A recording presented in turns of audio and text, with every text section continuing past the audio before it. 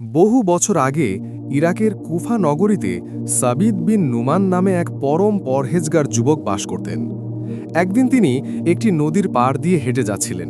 হঠাৎ দেখলেন একটি আপেল নদীতে ভেসে আসছে। ক্ষুধার্ত সাবিত আপেলটি তুলে নিয়ে এক কামড় দিলেন। খাওয়ার পরপরই তার মনে হলো এই আপেলটি তো তার নিজের নয়, এর কোনো মালিক নিশ্চয়ই আছে। মালিকের অনুমতি ছাড়া এটি খেয়ে তিনি মস্ত বড় ভুল করে ফেলেছেন। তাকওয়ার কারণে তার মন ছটফট করতে লাগল। তিনি ভাবলেন এই হারামের পরিণাম কিয়ামতের দিন অত্যন্ত ভয়াবহ হবে। তাই তিনি আপেলটি যেদিক থেকে ভেসে আসছিল নদীর তীর ধরে সেদিকে হাঁটতে শুরু করলেন। অনেক দূর যাওয়ার পর তিনি একটি বড় আপেল বাগান দেখতে পেলেন।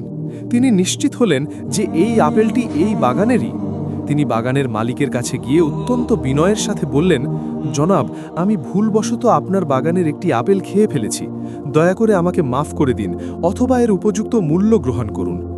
বাগানের মালিক ছিলেন একজন অত্যন্ত বিচক্ষণ ও আল্লাভীরু ব্যক্তি। তিনি যুবকের এই অসাধারণ সততা ও তাকওয়া দেখে অবাক হলেন এবং তাকে পরীক্ষা করার সিদ্ধান্ত নিলেন। মালিক বললেন, আমি তোমাকে সহজে মাফ করব না। মাফ পেতে হলে তোমাকে একটি শর্ত পূরণ করতে হবে। সাবিত বললেন, যে কোনো শর্তে আমি রাজি, শুধু আমাকে কিয়ামতের দিন আল্লাহর সামনে অপরাধী করবেন না। তখন মালিক বললেন, শর্ত হলো তোমাকে আমার মেয়েকে বিয়ে করতে হবে, কিন্তু আমার মেয়ে চোখে দেখে না, কানে শোনে না, মুখে কথা বলতে পারে না এবং সে হাঁটতেও পারে না।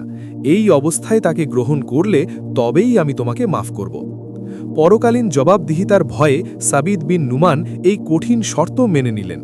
বাসর রাতে অত্যন্ত ভারাক্রান্ত মনে তিনি ঘরে প্রবেশ করলেন।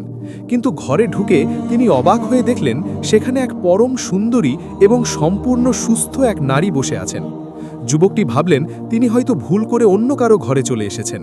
তিনি দ্রুত বেরিয়ে যেতে চাইলে সেই নারী তাকে থামিয়ে দিয়ে বললেন, আমিই আপনার স্ত্রী এবং আপনার শ্বশুর যা বলেছিলেন তা সত্য ছিল।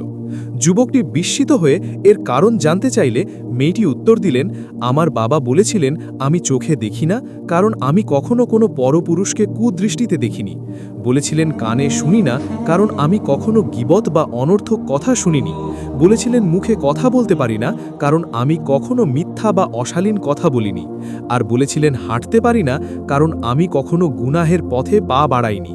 সেই পরহেজগার যুবক এবং এই পুণ্যবতী নারীর ঘরেই জন্ম নিয়েছিলেন ইসলামের ইতিহাসের অন্যতম শ্রেষ্ঠ নক্ষত্র ইমাম আবু হানিফা রাহমা।